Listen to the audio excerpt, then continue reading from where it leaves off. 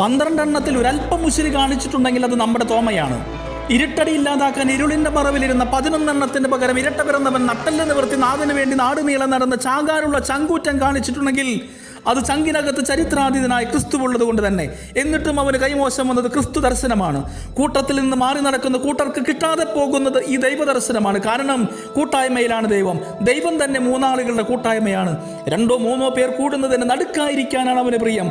തോമയുടെ വാശിക്ക് മുമ്പിൽ തമ്പുരാൻ തോറ്റുകൊടുത്തപ്പോൾ വാശി വേണ്ടെന്ന് വെച്ച് എൻ്റെ കർത്താവേ, എൻ്റെ ദൈവമേ എന്ന വിശ്വാസ പ്രമാണം പ്രഥമമായും പരസ്യമായും പ്രഘോഷിച്ചത് തോമാസ് ലീഹയല്ലേ?